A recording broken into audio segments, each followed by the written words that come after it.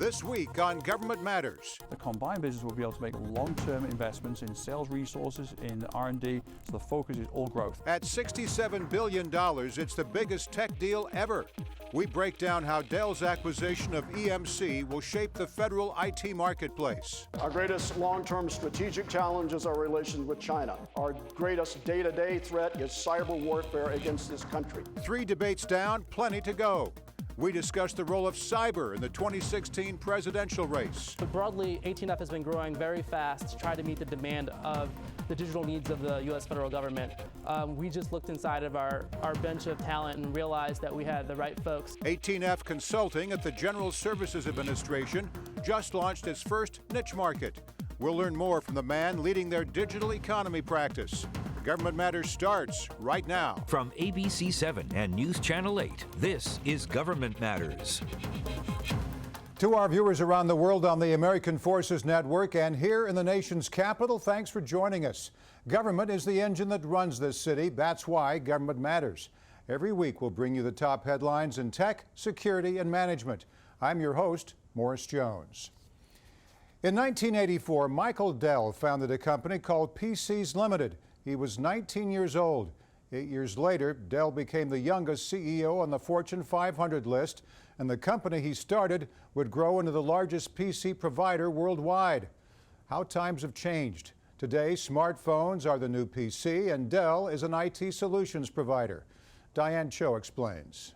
In the largest technology deal of its kind, Dell announced this week it's buying data storage provider EMC for a pretty hefty price tag at $67 billion. The personal computer company has been trying to expand its offerings by becoming an IT solutions provider as well. Since Dell went private 2 years ago, it has invested more time and money in research and development.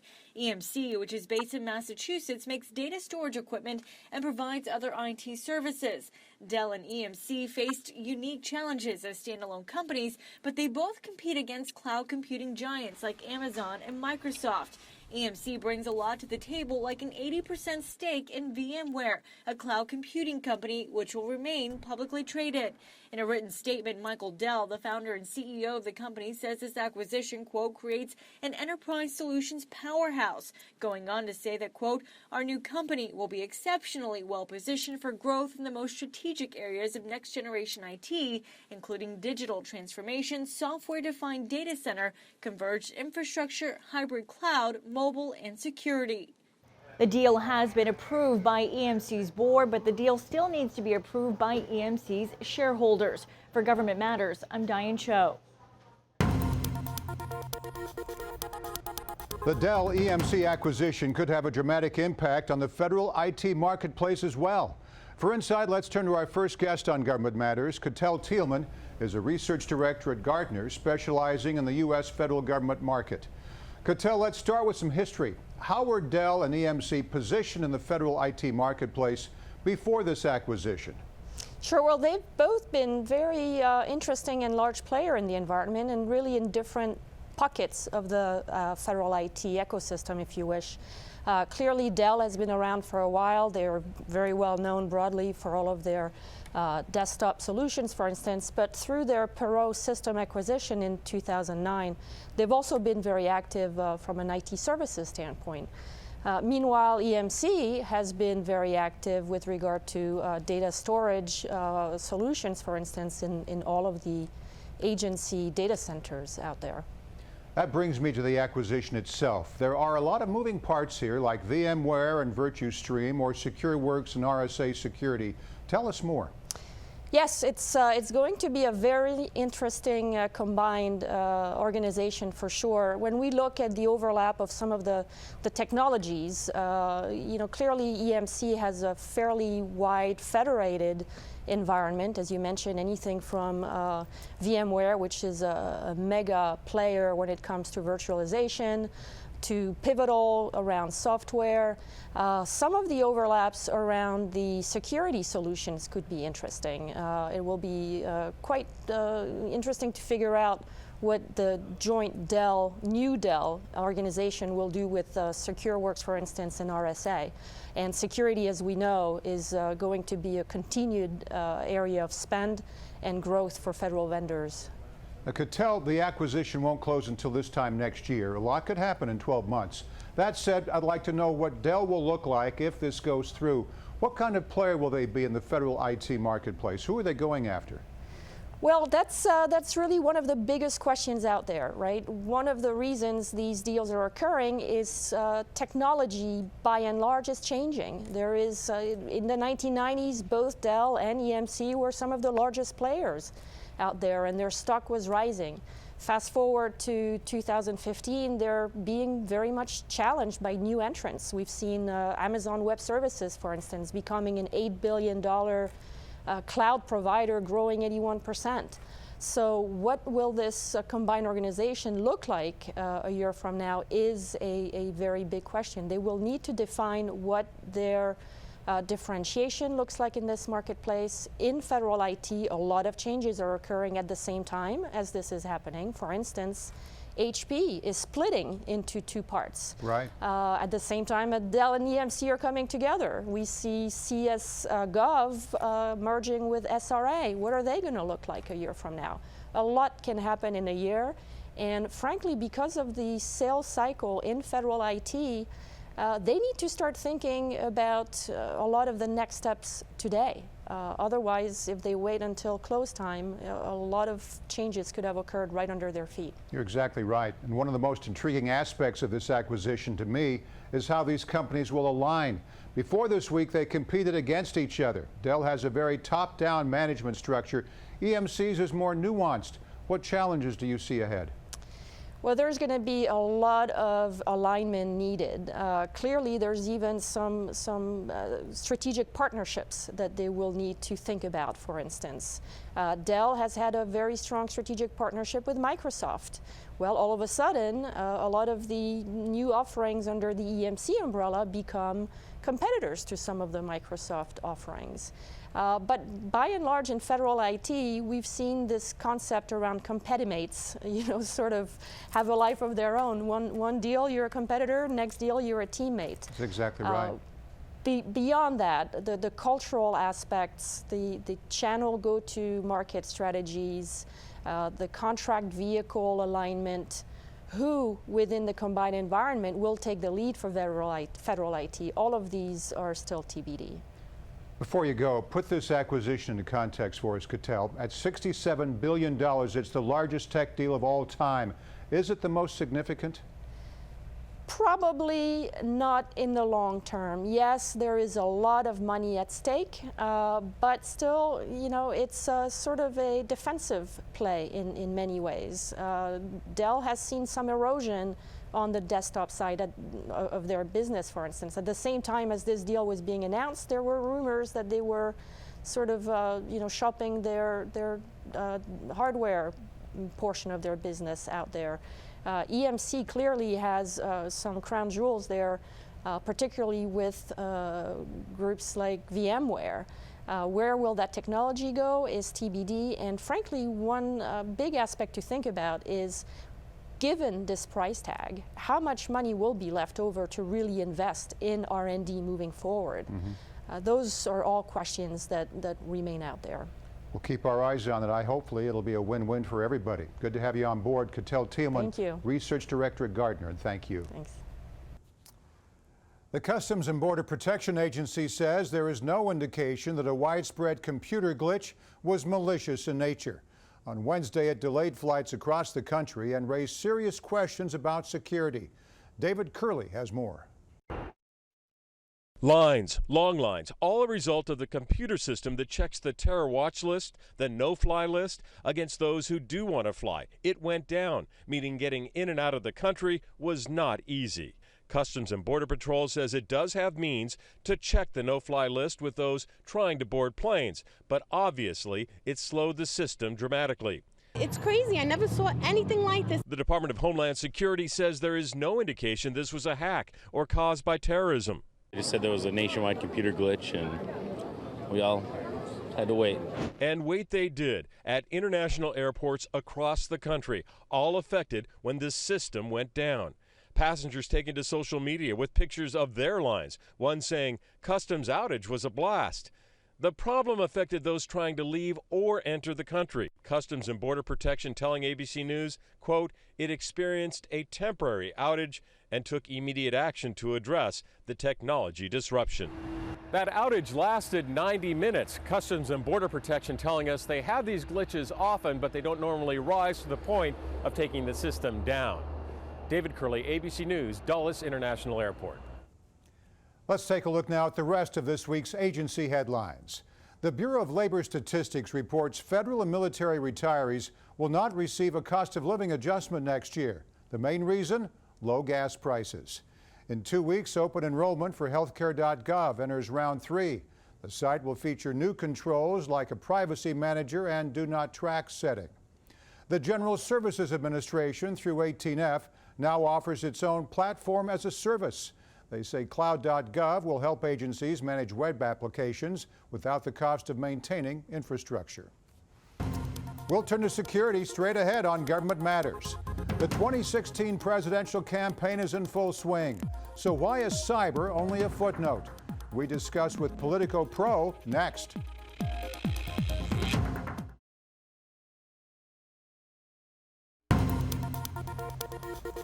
In security matters, the role of cyber in the 2016 presidential race. This past week, Democratic candidates for the nation's highest office shared the debate stage in Nevada. They grappled with important issues like Hillary Clinton's email server, the National Security Agency, and cybersecurity. For more, I'm joined by Tim Starks, cybersecurity reporter at Politico Pro. Tim, let's start with one of the most talked about moments from the debate, an exchange between Vermont Senator Bernie Sanders and former Secretary of State Hillary Clinton. Let me say something that may not be great politics, but I think the Secretary is right.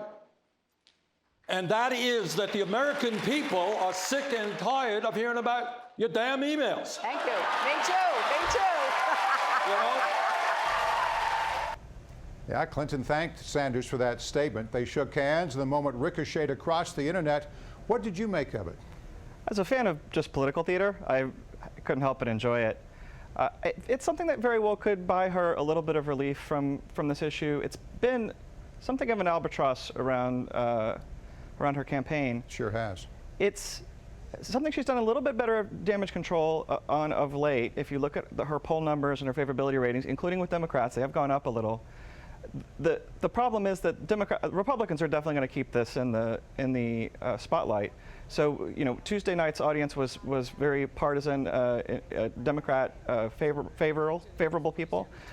They are going to be more inclined to be excited by a moment like that than, especially if we start to see things unfold where Republicans find some evidence that this server was definitively hacked and some kind of secrets were leaked. Well, the second server now in the cloud, the drip by drip emails coming out. Yeah, this could go for quite a while. Now, the candidates also focused on former NSA contractor Edward Snowden and the Patriot Act. Tell us more about that.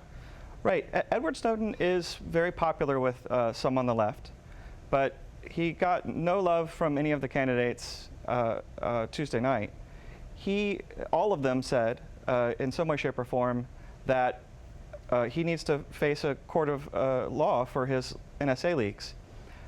Bernie Sanders was mitigated things ever so slightly by saying he did some good, but he still needs to face some kind of legal ramifications. But when it comes time for some kind of consequences or punishment, that the good he did could be a good mitigating factor for what kind of punishment he faces. Now, Tim, the issue of cybersecurity was noticeably absent during the first Democratic debate. Former Virginia Senator Jim Webb was the only candidate to raise the issue. Let's listen. Our greatest long-term strategic challenge is our relations with China. Our greatest day-to-day threat is cyber warfare against this country. I thought that was a very telling statement. The candidates did not mention big issues like the OPM data breach or the Cybersecurity Information Sharing Act. Were you surprised, Tim, that cyber got little mention? In a way, it was heartening that it came up at all, keeping in mind it didn't come up at all in any of the 08 Democratic debates. It didn't come up, but barely, if at all, in any debates in 2012. So it's good to see that it's on the map, at least. From the standpoint of whether it deserved more attention, I think it did. I mean, keep in mind, this is something that our nation's intelligence officials are saying is at or near the top of the list of threats we face, and it's got a growing economic ramification as well. So hopefully it's something that the next moderator will bring up at the next Democratic debate. How did that cyber talk compare to what we heard in the first two Republican debates? The Republicans were a little bit more interested in putting heat on the Democrats over this issue. So they were not as forgiving as almost everyone was with Hillary Clinton's server. Only Lincoln Chafee still said it was an issue. Everyone else seemed pretty eager to move on. The Republicans have made a big deal out of that during the debates. They also have attacked the Obama administration over China and Russia hacking. That's part of an effort to paint the Democrats as weak on national security. I think the difference was in who they were attacking and how much they were bringing it up and why. It's got to be more of a sexy issue for it to have any legs and last through the campaign. Do you think it will? I mean, we've got the economy, we've got world events. Where do you put cyber in all of this? I think it's up there, but I think it's still, one of the things that's happened as far as the political popularity of cybersecurity as an issue for politicians is that more and more people all the time are feeling some kind of impact as a result of being hacked, or someone they know being hacked, or seeing it in the news. So it's growing in popularity and awareness. It's still, I think, very abstract for a lot of people. The people who aren't being affected just kind of vaguely understand that this is something that might ruin lives, that might shut down businesses, and that if you're talking about the worst case scenarios, which as of now are a little far-fetched, might do some serious damage to our nation's critical infrastructure. Got a good point. It's kind of like the weather. It'll affect somebody else, maybe not you at the particular time. All right, Tim Stark, cybersecurity reporter at Politico Pro. Thanks again, Tim. Thank you. We'll turn from security to management straight ahead on Government Matters. This month, 18F Consulting at the General Services Administration launched its first niche market. Now they're starting to look like a traditional tech consulting firm. We discuss the evolution next.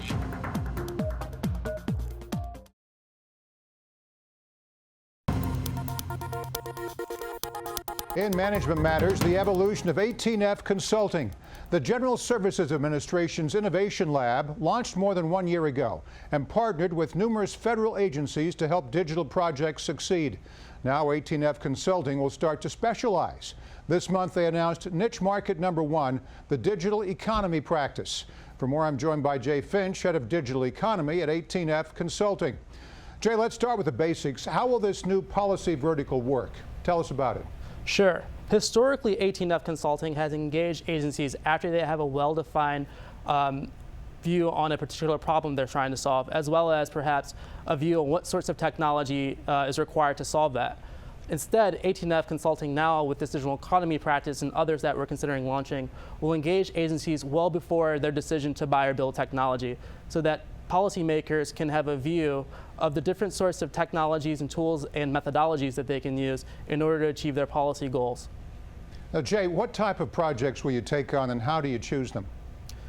Generally, we will think about the types of projects that we're taking on based on our ability to actually deliver outsized value.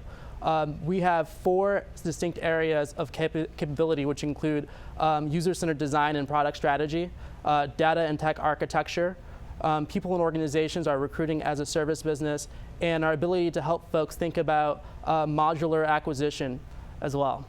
According to Government Technology, White House Senior Advisor Todd Park plans to grow 18F to 500 employees by the end of 2016. That's despite talk of funding cuts. How dependent are these niche markets on staffing? Broadly, we're absolutely dependent. As folks think about budget cuts that will affect the ability for the government to do its work, obviously. However, we are funded through the Economy Act, which allows us to charge agencies for the work that we provide.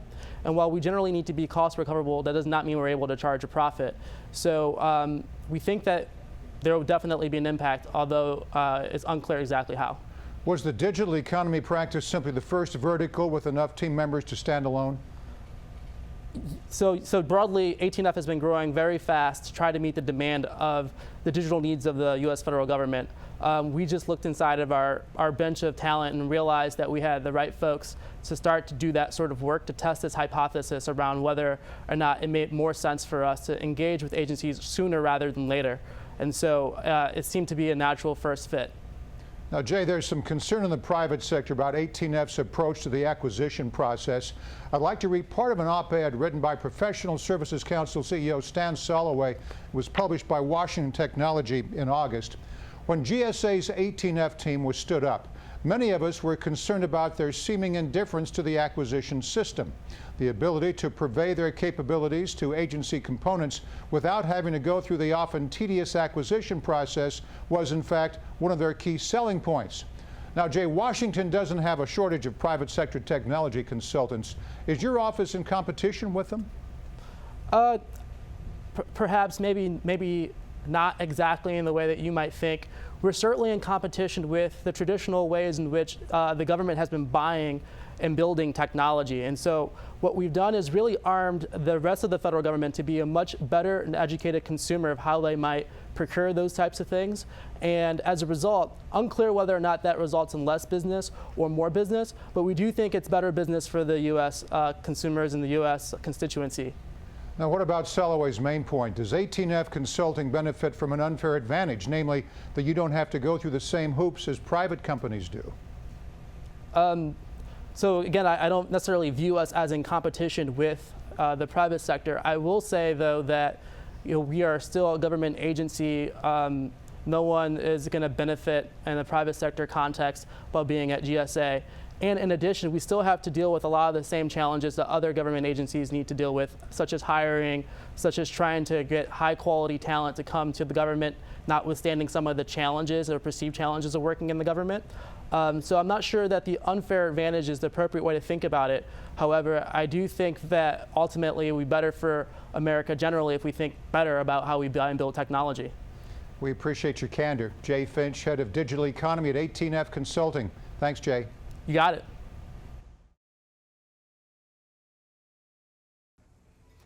And that's the latest from Washington. Thanks for being with us. I'm Morris Jones. We know your week is filled with other matters. Save this half hour for us.